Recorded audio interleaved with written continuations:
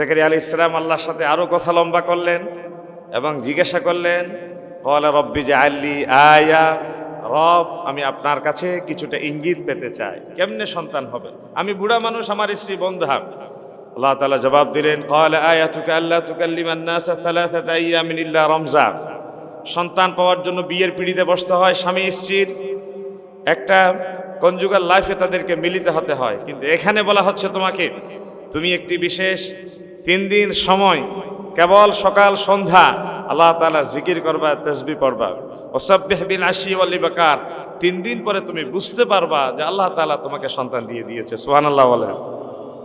এটি সপ্তম আশ্চর্যের বাইরে যদি কিছু থাকে সেটা তো অষ্টম আশ্চর্যের পর্যায়ে পড়েছে। আল্লাহ তাআলার সেই কুদরত মেরাজের মাধ্যমে তিনি জাতির সামনে স্পষ্ট করছেন যে দুনিয়ার সংস্রব থেকে আলাদা করে আমি চাইলে জমিনের কাউকে আমার আসিমে মেহমান বানিয়ে নিয়ে আসার সক্ষমতা পৃথিবীতে কারো থাক না থাক, কিন্তু আমি আল্লাহর আছে, আছে না নাই? আছে। সেই আল্লাহ তাআলা সেই কথাই প্রমাণ করে দিলেন। নাম্বার 2, ইসরা এবং মেরাজ এটা ফিজিক্যালি সংগঠিত হয়েছে, এটা বিআবদিহির মাধ্যমে জানা যায়। নাম্বার 3, আমরা দেখতে পাচ্ছি মসজিদে হারাম থেকে মসজিদ আকসা পর্যন্ত আল্লাহ তাআলা তার নবীকে দিয়ে সফর করালেন। নাম্বার 4, মসজিদ আকসার আশপাশ যে মধ্যপ্রাচ্যের বিস্ফোরা ইসরায়েল আজকে আমার মুসলমানদের প্রথম কিবলা বাইতুল মাকদিসকে যে অবরুদ্ধ করে রেখেছে, জুতা পাই দিয়ে তারা ব্যাডমিন্টন খেলে সেখানে। আমাদের সে অধিকারের জায়গায় নামাজ আদায় করতে দেয়া হয় না, সেই জায়গার আশেপাশে বারাকনা হাওলাহু লিনুরিয়াহু মিন আয়াতিনা, যে বারাকাময় করে দিয়েছে সেই ঘটনার বর্ণনা আমরা দেখতে পাচ্ছি। 6 নম্বর এখানে এসেছে নবী করিম সাল্লাল্লাহু আলাইহি ওয়াসাল্লামের যে আল্লাহ তাআলার পক্ষ থেকে সর্বশেষ নবী, কেবলমাত্র তাকে দিয়ে আল্লাহ তাআলা একটা মেরাজের মতো ঐতিহাসিক নিয়ামত সংগঠিত করেছেন, যা পূর্ববর্তী কোনো নবী এবং রাসূলকে আল্লাহ তাআলা সেই নিয়ামত দেননি। সর্বশেষ মেরাজের ব্যাপারে অনেকেই কমন সেন্সে এটা বোধগম্য হয় না, এটা বুঝি আসে না, এটা কিভাবে সম্ভব। দুনিয়ার এই জমিন থেকে আলাদা হয়ে মাধ্যাকর্ষ শক্তির উপরে গিয়ে প্রথম, দ্বিতীয়, তৃতীয়, চতুর্থ, পঞ্চম, ষষ্ঠ, সপ্তম আসমান ভেদ করে সিদরাতুল মুনতাহা আরশ, কুরসি, লৌহ কলমের উপরে আল্লাহ তাআলার সাথে যে সাক্ষাৎ করে রাতারাতি আবার জমিনে ফিরে আসবে, বলে যে এটা সাধারণ মানুষের কমন সেন্সে ধরার বিষয় না, এমন একটি আশ্চর্যজনক বিষয়ের মানুষের ঈমান, আস্থা, বিশ্বাস আছে কি না সেটা যাচাই করার জন্য আল্লাহ তাআলা এই ধরনের একটা ঘটনার অবতারণা করেছেন। সুবহানাল্লাহ। এরপরে আমরা দেখতে পাচ্ছি, এটা তো ছিল ইসরা, মেরাজের ব্যাপার দেখতে পাচ্ছি আমরা। মেরাজের ঘটনা, আল্লাহ তাআলা তার নবীকে একটা জায়গায় উম্মাহানি রাদিয়াল্লাহু তাআলা আনহার ঘরে তিনি শুয়েছিলেন, জিবরিল আমিনকে পাঠিয়ে দিয়ে সেখান থেকে তিনি নিয়ে আসলেন। নিয়ে এসে চট্টগ্রামের ঐতিহ্যবাহী মসজিদ মেহেদীবাগ সিটি আবাসিক এই প্রসিদ্ধ মসজিদে আজকে সমবেত সম্মানিত মুসল্লিন کرام, দূর দূরান্ত থেকে আগত আমার অত্যন্ত শ্রদ্ধার আল্লাহ তাআলার বাছাইকৃত মুমিনুন মুসলিমুন, আল্লাহ তাআলার শুকর এবং সুজুদ আদায় করছি, যিনি দয়া করে মেহেরবানি করে আজকের সপ্তাহের সবচেয়ে পবিত্রতম দিন, পবিত্রতম এই সময়ে আমাদের সমবেত হয়ে কথা বলার, কথা শুনবার জন্য যিনি সুযোগ দিয়েছেন, আল্লাহ তাআলা শেখানো ভাষায় রবের শুকর আদায় করে আমরা পড়ি আলহামদুলিল্লাহ। আজকে অত্যন্ত গুরুত্বপূর্ণ একটা বিষয় নিয়ে আলোচনা উপস্থাপন করতে চাই। রজবের 26 তারিখ দিনগত রাত পবিত্র মেরাজুন নবী সাল্লাল্লাহু আলাইহি ওয়াসাল্লাম দুনিয়ার এই সংস্রব থেকে আলাদা হয়ে আল্লাহ তাআলা নবী করিম সাল্লাল্লাহু আলাইহি ওয়াসাল্লামকে আরশ, কুরসি, লৌহ কলম প্রদক্ষিণ করিয়ে আবার ফিজিক্যালি জমিনে নিয়ে এসেছিলেন সেই সর্বকালের সর্বযুগের সর্বশ্রেষ্ঠ পয়গম্বর নবী দুই জাহান মুহাম্মদ রাসূলুল্লাহ সাল্লাল্লাহু আলাইহি ওয়াসাল্লামের আজকের এই ঐতিহাসিক মেরাজের গুরুত্ব এবং তাৎপর্যের ব্যাপারে কিছু কথা বলার অভিপ্রায় ব্যক্ত করছি। রব্বে করিম আমাদেরকে কম সময়ে গুরুত্বপূর্ণ কিছু কথা উপস্থাপন করার তিনি তৌফিক দান করুক, বলি আমিন। আমরা জানি এই যে মেরাজের একটি ঐতিহাসিক প্রেক্ষাপট ছিল। নবী করিম সাল্লাল্লাহু আলাইহি ওয়াসাল্লাম তিনি আগমন করেছেন 570 খ্রিস্টাব্দে। তিনি হেদায়েতের পরশপাথর মহাগ্রন্থ আল কোরআনুল কারীম লাভ করেছেন 610 খ্রিস্টাব্দে। 610 থেকে 623 পর্যন্ত তিনি ছিলেন মক্কাতুল মুকাররমায় নবী হিসেবে। 623 থেকে তিনি হিজরত করে মদিনায় চলে গেলেন 633 বা 32-এর শেষ। 632-এর শেষ, 33-এর শুরুতে তিনি আমাদেরকে ছেড়ে ইন্তেকাল করলেন।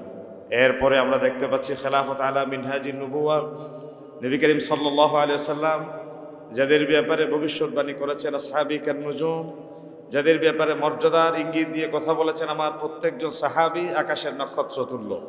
তোমরা যে যার ভেতরে হেদায়েত তালাশ করবে সোজা তার সাথে আল্লাহর জান্নাত পর্যন্ত পৌঁছে যাবে, বলি সুবহানাল্লাহ। এই সাহাবায়ে কেরামদের খেলাফতের দিনকাল শুরু হলো 632 শেষ 34 পর্যন্ত ছিলেন প্রথম খলিফা ইসলাম হযরতে আবু বকর সিদ্দিক রাদিয়াল্লাহু তাআলা আনহু। সে খেলাফতকাল 634 থেকে 644 পর্যন্ত ছিল হযরতে ওমর ইবনুল খাত্তাব রাদিয়াল্লাহু তাআলা আনহুর সময়কাল 10 বছর। 644 থেকে 656 পর্যন্ত ছিল হযরতে উসমান রাদিয়াল্লাহু তাআলা আনহুর সময়কাল 12 বছর। হযরতে উসমানের 12 বছর পরে 56 থেকে 661 সাল পর্যন্ত ছিলেন পঞ্চম খলিফা হযরতে আলী রাদিয়াল্লাহু তাআলা আনহু। এর মাধ্যমেই নবী করিম সাল্লাল্লাহু আলাইহি সাল্লামের শাসন ব্যবস্থার আদলে যে খেলাফত আলা মিনহাজি নবুওয়াত ছিল পৃথিবীর ইতিহাস থেকে সূর্য অস্তমিত হয়ে গেল। নবী করিম সাল্লাল্লাহু আলাইহি সাল্লাম নবুওয়াতের 10ম বর্ষে যখনই তিনি চারিদিকে কোরআনুল কারীমের পয়গাম নিয়ে ছুটে যাচ্ছিলেন, চারিদিক থেকে নানা জুলুম, নির্যাতন, পারসিকিউশন, অবরোধ এভাবে করে আমার নবীকে ঘিরে ধরেছিল। আল্লাহ তাআলার পক্ষ থেকে একটা সময় যে হিজরতের আয়াত আসবে কিছু ইঙ্গিত দেওয়া হচ্ছে। এমত অবস্থায় তিনি আল্লাহ তাআলার নির্দেশে দ্বীনের পয়গাম পৌঁছে দিতে গিয়ে তিনি চলে গেলেন তায়েফে। সেখানেও তিনি এক বুক আশা নিয়ে যে গিয়েছিলেন, আশার উপরে তাকে দেয়া হলো দ্বীনের পরিবর্তে, ইসলাম গ্রহণের পরিবর্তে জুলুম। সেখান থেকে ফিরে এসে তিনি দেখতে পেলেন 1 বছরের ব্যবধানে 2 জন প্রিয় মানুষ, একজন চাচা আবু তালেব, দ্বিতীয়জন মা খাদিজা রাদিয়াল্লাহু তাআলা আনহা, এই 2 জনেই একই বছর ইন্তেকাল করলেন। তিনি একটু বিষণ্ণ হয়ে পড়লেন।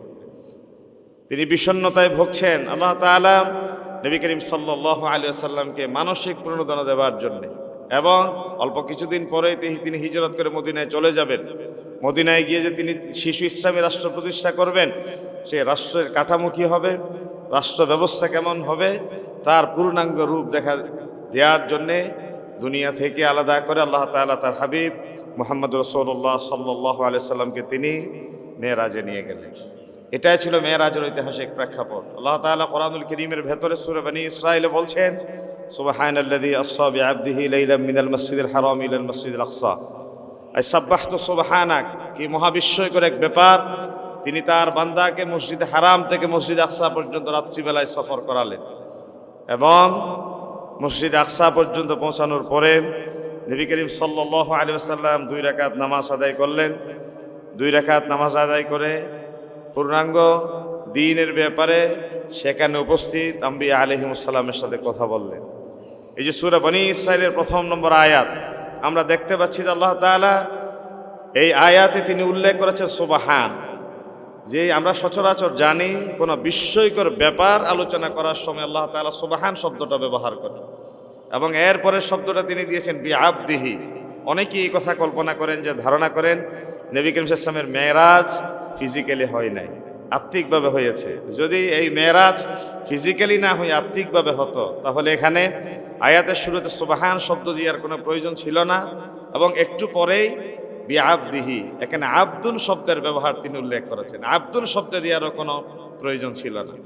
আব্দুন, মৌলানা মুফতি শফি রহমতুল্লাহ আলাইহি তিনি তাফসীরে মারিফুল কোরআনে ব্যাখ্যা করেছেন, আব্দুন শব্দের অর্থ হচ্ছে যার শারীরিক গঠন আছে, চামড়া, গোশত, হাড্ডি, এই পূর্ণাঙ্গ অবয়ব দিয়ে যেই মানুষ সমাজে বিচরণ করেন, আমরা যাদেরকে বাশার মানুষ বলে জানি, তাদেরকে আল্লাহ তাআলা আব্দুন বলে অভিহিত করেছেন। যে এখানে নবী করিম সাল্লাল্লাহু আলাইহি ওয়াসাল্লাম যদি ফিজিক্যালি না গিয়ে এখানে আত্মিকভাবে তিনি মেরাজে যেতেন, তাহলে এখানে সুবহানাল্লাযী আসরা বিআবদিহি না বলে হয়তো তিনি বলতেন বিনবিহি বিরাসূলিহি বিহাবিবিহি। বিনবিহি বলার মাধ্যমে একটা অবকাশ থাকতো, আল্লাহ তাআলা হয়তো আমার নবীকে রুহানিভাবে তিনি মেরাজে নিয়ে গিয়েছেন। এই আয়াতের ভেতরে আমরা দেখতে পাচ্ছি মিনাল মসজিদিল হারাম ইলাল মসজিদ আকসা, মসজিদ হারাম থেকে মসজিদ আকসা পর্যন্ত সফরকে আমরা জানি ইসরা, এবং মসজিদ আকসা থেকে উপর দিকে যে ভ্রমণ তাকে বলা হচ্ছে মেরাজ। কেন নিয়ে গেলেন? আল্লাযী বারাকনা হাওলাহু লিনুরিয়াহু মিন আয়াতিনা, তার পূর্ণাঙ্গ এলাকাটাকে আল্লাহ তাআলা বারাকাময় করে দিলেন এবং লিনুরিয়াহু মিন আয়াতিনা, যেন করে আমার আল্লাহ তাআলার সৃষ্টির যে বিস্ময় আশ্চর্যকারিতা তা যেন মানুষের সামনে আমি পরিদর্শন করাতে পারি।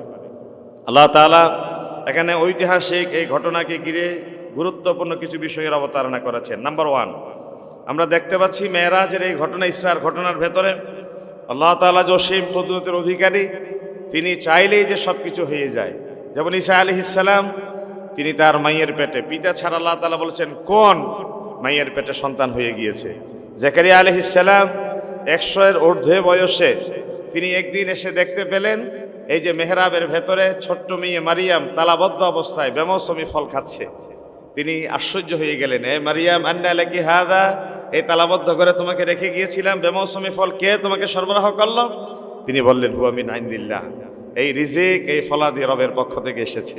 জাকারিয়া আলাইহিস সালাম একটু আশ্চর্যান্বিত হলেন এবং তিনি আল্লাহ তাআলার কাছে চাইলেন, রব, ছোট্ট মেয়ে মারিয়ামকে আমি তালাবদ্ধ করে পাহাড়ে গিয়েছিলাম, এসে দেখি তালাবদ্ধ করে তিনি বেমৌসুমি ফল সামনে নিয়ে বসা। আল্লাহ তাআলা, তুমি যদি ছোট্ট মেয়ে মারিয়ামরে বেমৌসুমি ফলের সরবরাহ করতে পারো, আমি জাকারিয়াকে অসময়ে তুমি সন্তানের বাবা বানাতে পারো। সুবহানাল্লাহ বলেন। আল্লাহ তাআলা সেই দোয়া শুনলেন এবং এই কথার পরে তিনি নামাজে দাঁড়ালেন। একজন ফেরেশতা পাঠিয়ে জাকারিয়া আলাইহিস সালামকে বলছে, জাকারিয়া ফানাদাতুল মালাইকাতু হুয়া কায়িমুন ইউসাল্লি ফিল মিহরাব আন্নাল্লাহা ইউবাশশিরুকা বিয়াহইয়া মুসাদ্দিকান বিকালিমাতিন মিনাল্লাহ ওয়া সাইয়্যিদান ওয়া হাসূরান ওয়া নাবিয়্যান মিনাস সালিহিন। হে জাকারিয়া, একটু আগে তুমি আমার কাছে ফরিয়াদ করেছ, ছোট্ট মেয়ে মারিয়াম যদি বেমৌসুমি ফল পায়, তুমি তাকে খাবার সরবরাহ করার যে শক্তি সামর্থ্য রাখো, আমাকেও তুমি সন্তান দেওয়ার মতো সেই যোগ্যতা এবং শক্তি তোমার আছে। এবং তিনি দোয়া করলেন, ইন্নাকা সামিউদ দুআ, আমি কোনো বোবা এবং বদির রবের কাছে চাচ্ছি না। ইন্নামা আমরুহু ইযা আরাদা শাইআন আন ইয়াকুলা লাহু কুন ফায়াকুন। আল্লাহ, তুমি এমন সত্তা, এমন রব, তুমি কেবলই বলো কোন, আল্লাহ তাআলার বলা সেই কুন ফায়াকুন হতে দেরি নাই। সুবহানাল্লাহ বলেন। সন্তান দিবেন সিদ্ধান্ত হয়ে গিয়েছে। নামাজের ভেতর তিনি দাঁড়ানো, আল্লাহ তাআলার কাছে তিনি কথা একটু দীর্ঘ করলেন, আল্লাহ, তুমি আমাকে সন্তান দিবা? আন্নালি ক্বালা রাব্বি আন্না ইয়াকুনু লি গোলাম, সত্যিকার অর্থে আমি কি সন্তান পাবো? ওয়া ক্বাদ বালাগানিয়াল কিবার, আমি না বুড়ো হয়ে গেলাম। ওয়া ইমরাআতি আখির, আমার স্ত্রী না বন্ধা, তুমি কেমনে আমার সন্তান দিবা? আল্লাহ তাআলা আবার কথার জবাব দিলেন, কাযালিকাল্লাহু ইয়াফআলু মা ইয়াশা, বলে যে আমি আল্লাহ যাকে যেভাবে ইচ্ছা তাকে সেইভাবে করে সন্তান দিতে পারি। হযরত জাকারিয়া আলাইহিস সালাম আল্লাহর সাথে আরো কথা লম্বা করলেন এবং জিজ্ঞাসা করলেন, ক্বালা রব্বি জাআললি আয়া, রব, আমি আপনার কাছে কিছুটা ইঙ্গিত পেতে চাই, কেমনে সন্তান হবে, আমি বুড়া মানুষ, আমার স্ত্রী বন্ধা। আল্লাহ তাআলা জবাব দিলেন, ক্বালা আয়াতুকা আল্লা তুকাল্লিমান নাসা সালাসাতা আইয়ামিন ইল্লা রমজা, সন্তান পাওয়ার জন্য বিয়ের পিঁড়িতে বসতে হয়, স্বামী স্ত্রীর একটা কনজুগাল লাইফে তাদেরকে মিলিত হতে হয়। কিন্তু এখানে বলা হচ্ছে তোমাকে, তুমি একটি বিশেষ 3 দিন সময় কেবল সকাল সন্ধ্যা আল্লাহ তাআলার জিকির করবা, তাসবিহ পড়বা, ওয়াসাব্বিহ বিল আশি ওয়াল ইবকার, 3 দিন পরে তুমি বুঝতে পারবা যে আল্লাহ তাআলা তোমাকে সন্তান দিয়ে দিয়েছে। সুবহানাল্লাহ বলেন। এটি সপ্তম আশ্চর্যের বাইরে যদি কিছু থাকে সেটা তো অষ্টম আশ্চর্যের পর্যায়ে পড়ে যায়। আল্লাহ তাআলার সেই কুদরত মেরাজের মাধ্যমে তিনি জাতির সামনে স্পষ্ট করছেন যে দুনিয়ার সংস্রব থেকে আলাদা করে আমি চাইলে জমিনের কাউকে আমার আসিমে মেহমান বানিয়ে নিয়ে আসার সক্ষমতা পৃথিবীতে কারো থাক না থাক, কিন্তু আমি আল্লাহর আছে, আছে না নাই? আছে। সেই আল্লাহ তাআলা সেই কথাই প্রমাণ করে দিলেন। নাম্বার 2, ইসরা এবং মেরাজ এটা ফিজিক্যালি সংগঠিত হয়েছে, এটা বিআবদিহির মাধ্যমে জানা যায়। নাম্বার 3, আমরা দেখতে পাচ্ছি মসজিদে হারাম থেকে মসজিদ আকসা পর্যন্ত আল্লাহ তাআলা তার নবীকে দিয়ে সফর করালেন। নাম্বার 4, মসজিদ আকসার আশপাশ যে মধ্যপ্রাচ্যের বিশ্বরা ইসরায়েল আজকে আমার মুসলমানদের প্রথম কিবলা বাইতুল মাকদিসকে যে অবরুদ্ধ করে রেখেছে, জুতা পাই দিয়ে তারা ব্যাডমিন্টন খেলে সেখানে, আমাদের সে অধিকারের জায়গায় নামাজ আদায় করতে দেয়া হয় না। সেই জায়গার আশেপাশে বারাকনা হাওলাহু লিনুরিয়াহু মিন আয়াতিনা, যে বারাকাময় করে দিয়েছে সেই ঘটনার বর্ণনা আমরা দেখতে পাচ্ছি। 6 নম্বর এখানে এসেছে নবী করিম সাল্লাল্লাহু আলাইহি ওয়াসাল্লামের যে আল্লাহ তাআলার পক্ষ থেকে সর্বশেষ নবী, কেবলমাত্র তাকে দিয়ে আল্লাহ তাআলা একটা মেরাজের মতো ঐতিহাসিক নিয়ামত সংগঠিত করেছেন, যা পূর্ববর্তী কোনো নবী এবং রাসূলকে আল্লাহ তাআলা সেই নিয়ামত দেননি। সর্বশেষ মেরাজের ব্যাপারে অনেকেই কমন সেন্সে এটা বোধগম্য হয় না, এটা বুঝি আসে না, এটা কিভাবে সম্ভব দুনিয়ার এই জমিন থেকে আলাদা হয়ে মাধ্যাকর্ষণ শক্তির উপরে গিয়ে প্রথম, দ্বিতীয়, তৃতীয়, চতুর্থ, পঞ্চম, ষষ্ঠ, সপ্তম আসমান ভেদ করে সিদরাতুল মুনতাহা, আরশ, কুরসি, লৌহ কলমের উপরে আল্লাহ তাআলার সাথে যে সাক্ষাৎ করে রাতারাতি আবার জমিনে ফিরে আসবে, বলে যে এটা সাধারণ মানুষের কমন সেন্সে ধরার বিষয় না, এমন একটি আশ্চর্যজনক বিষয়ের মানুষের ঈমান, আস্থা, বিশ্বাস আছে কি না সেটা যাচাই করার জন্য আল্লাহ তাআলা এই ধরনের একটা ঘটনার অবতারণা করেছেন। সুবহানাল্লাহ। এরপরে আমরা দেখতে পাচ্ছি, এটা তো ছিল ইসরা, মেরাজের ব্যাপার দেখতে পাচ্ছি আমরা, মেরাজের ঘটনা। আল্লাহ তাআলা তার নবীকে একটা জায়গায় উম্মাহানি রাদিয়াল্লাহু তাআলা আনহার ঘরে তিনি শুয়েছিলেন, জিবরিল আমিনকে পাঠিয়ে দিয়ে সেখান থেকে তিনি নিয়ে আসলেন, নিয়ে এসে জমজমের পাড়ে শোয়ালেন। জমজমের পাড়ে আমার নবীকে শুয়ে জিবরিল আমিন ওপেন হার্ট সার্জারি করলেন, যেটাকে আরবিতে বলি সিনা সাক, শাক্কে সাদার। ওপেন হার্ট সার্জারি করে একটি পাত্র নিয়ে আসলেন, যে পাত্র ভর্তি ছিল ঈমান এবং হেকমা। ঈমান এবং হেকমা পরিপূর্ণ দুটি পাত্র নিয়ে এসে জমজমের পানি দিয়ে সিনা সাকের মাধ্যমে ওপেন হার্ট সার্জারি করে সব কিছু বের করে নিয়ে এসে তিনি ধুয়ে দিলেন।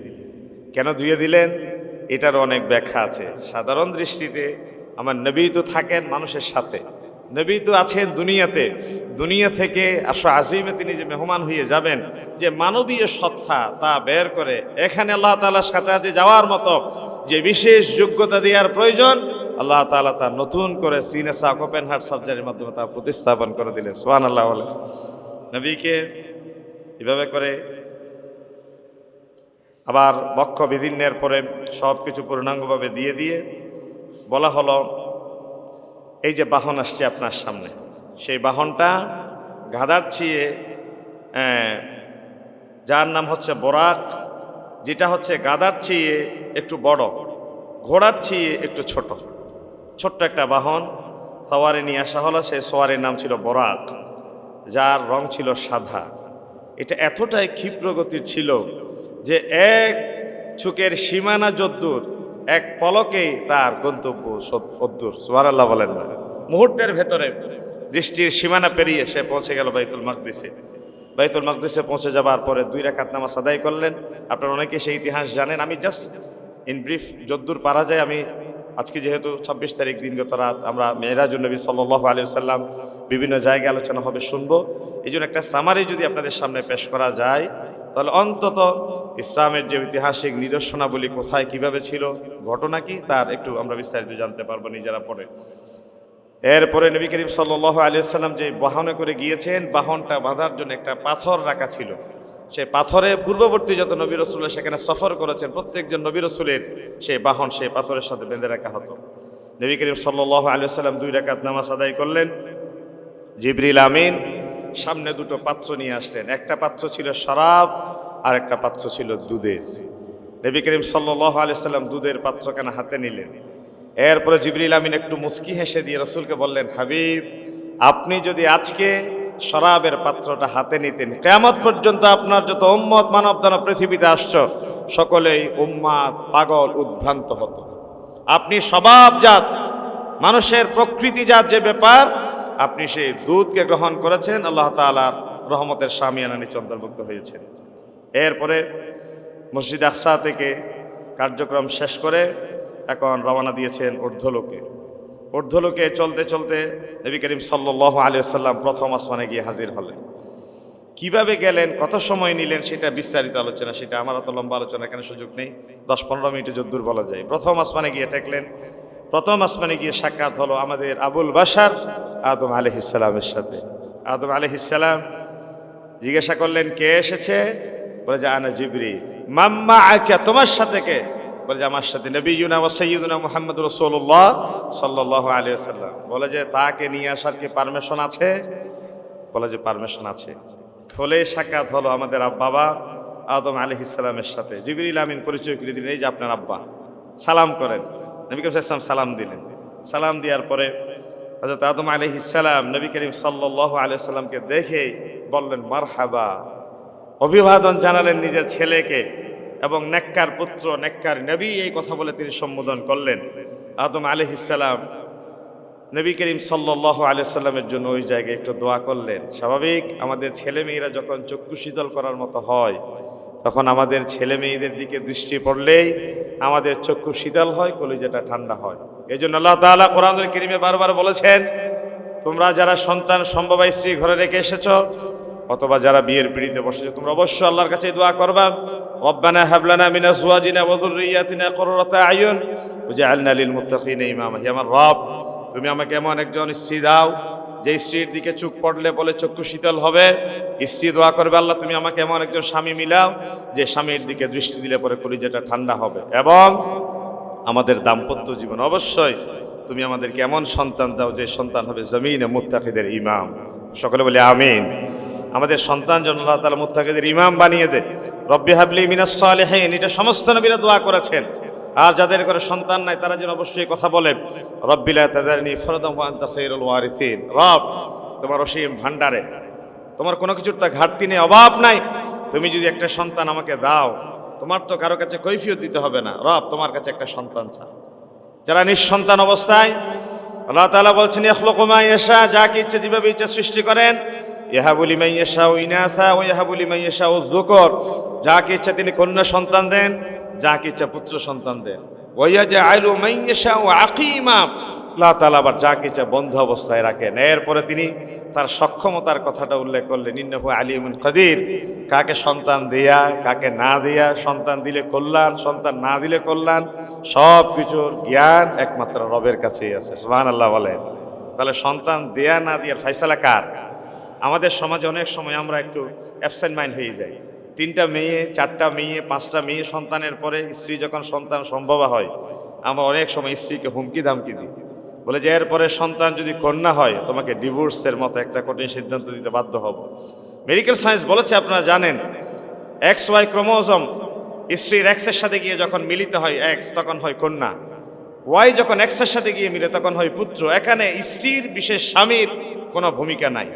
স্ত্রী হবে না, কন্যা হবে না, পুত্র সন্তান হবে, এই ডিসিশন দেওয়ার তো কোনো মেডিকেল সায়েন্স ভূমিকা রাখতে পারে না। কোনো স্বামী কিংবা স্ত্রীর বিশেষ কোনো কৌশল মর্যাদার কথা নাই। এখানে কন্যা সন্তান কিংবা পুত্র সন্তানের ফয়সালা কার হাতে? আল্লাহর হাতে। কথা দীর্ঘ হয়ে যাচ্ছে, এই জন্য আমি সংক্ষেপে বলি। দ্বিতীয় আসমানে গেলে ঈসা আলাইহিস সালাম এবং ইয়াহইয়া আলাইহিস সালাম দুইজনে খালতো ভাই, দুইজনের সাথে সাক্ষাৎ হলো, একই কথা। তৃতীয় আসমানে যাওয়ার পরে ইউসুফ আলাইহিস সালামের সাথে সাক্ষাৎ হলো। চতুর্থ আসমানে যাওয়ার পরে ইদ্রিস আলাইহিস সালামের সাথে সাক্ষাৎ হলো। পঞ্চম আসমানে যাওয়ার পরে হযরত হারুন আলাইহিস সালামের সাথে সাক্ষাৎ হলো। ষষ্ঠ আসমানে যাওয়ার পরে দেখা হলো হযরত ইব্রাহিম আলাইহিস সালামের সাথে, যিনি বাইতুল মামুরের সাথে হেলান দিয়ে আছেন। বাইতুল মামুর কি? যেখানে প্রতিদিন 70,000 ফেরেশতা তাওয়াফ করে। পৃথিবীতে যে সকল ফেরেশতা আল্লাহ তাআলা আমাদের জন্য মুকাররর করে দিয়েছেন, বাইতুল মামুরে যে সকল ফেরেশতা আছে, তামাম সৃষ্টির ফেরেশতারাজির ভেতরে যারা একবার সেই বাইতুল মামুর জিয়ারতের সুযোগ পেয়েছে, কিয়ামত পর্যন্ত তারা সেকেন্ড টাইম ওই জায়গায় গিয়ে আর তাওয়াফের জিয়ারতের সুযোগ পাবে না। এখন কি সুবহানাল্লাহ বলবেন, আলহামদুলিল্লাহ বলবেন? আমি তো বুঝে আসছি না। কারণ আল্লাহ তাআলার যে বিশেষ বাহিনীর ফোর্সের কি পরিমাণে রিজার্ভ আল্লাহ তাআলা জমা করে রেখেছে, সেটা সবচেয়ে ভালো জানে কে? আমার আল্লাহ ভালো জানে। এটা বলার জন্য এই কথাটা বলা। এরপর নবী করিম সাল্লাল্লাহু আলাইহি ওয়াসাল্লাম আল্লাহর সাথে সাক্ষাৎ করলেন, অনেক কথাবার্তা হলো। 50 ওয়াক্ত নামাজ দিল। নামাজের আলোচনা সময় করে কোনোদিন আমার স্যার ইনশাআল্লাহ আলোচনা করবেন। এরপর নবী করিম সাল্লাল্লাহু আলাইহি ওয়াসাল্লাম আসছেন 50 থেকে 5। তবে এই কথাটা না বলে আলোচনা শেষ করা যায় না যে 50 যে 5-এ এসে সীমাবদ্ধ করে দেওয়া হয়েছে। কেউ যদি 5 ওয়াক্ত নামাজ আদায় করে, 5 ওয়াক্তের ভেতরে 50 ওয়াক্তের সওয়াব কিন্তু ঘাটতি করা হবে না। সুবহানাল্লাহ বলেন। এরপরে জমিনে এসে নবী করিম সাল্লাল্লাহু আলাইহি ওয়াসাল্লাম বললেন, হাবিব, আমি আল্লাহ তাআলার কাছাকাছি যখন গিয়েছিলাম, আল্লাহ তাআলা বলছেন আপনার চাচা আবু তালেব আপনার স্ত্রী খাদিজাকে নিয়ে এসে আপনি বিষণ্ণতায় ভুগছিলেন, আপনার মনের পেরেশানি দূর করবার জন্য মেরাজে নিয়ে আসলাম। আপনাকে এমন একটা হাদিয়া দিলাম, আপনি নবীর পর আর কোনো নবী নাই, আসমানি কিতাব নাই। কিয়ামত পর্যন্ত আপনার কোনো উম্মত যখন বিপদগ্রস্ত হবে, মানসিকভাবে ভারসাম্যহীন হবে, তারা যখন বিকারগ্রস্ত হবে, অপ্রকৃতস্থ হবে, অথবা কোনো বিশেষ সমস্যার মুখোমুখি হবে, তারা যেন সেজদায় যায়। আপনি মেরাজে আসার পরে যেভাবে মানসিকভাবে শক্ত হলেন, তারা যখন সেজদায় যাবে আমি আল্লাহ তাদেরকে মানসিক শক্তি দিব। সুবহানাল্লাহ বলেন। এরপরে মেরাজে গিয়ে কিছু শাস্তির বর্ণনা এসেছে, সময় আমাকে সাপোর্ট দিচ্ছে না। আজকে আমাদের ডিসি মহোদয় আমাদের সাথে মেহমান হয়ে আসছেন, সম্ভবত উনি একটু সালাম বিনিময় করবেন, কথা বলবেন। এই জন্য আজকে আর কথা না বাড়িয়ে মেরাজের সংক্ষিপ্ত আলোচনা এখানে শেষ করছি। ওমা আলাইনাল বালাগ। আসসালামু আলাইকুম ওয়া রাহমাতুল্লাহি ওয়া বারাকাতুহু। আইইউবি মিডিয়া, অপসংস্কৃতিমুক্ত আধুনিক ভিডিও সেন্টার।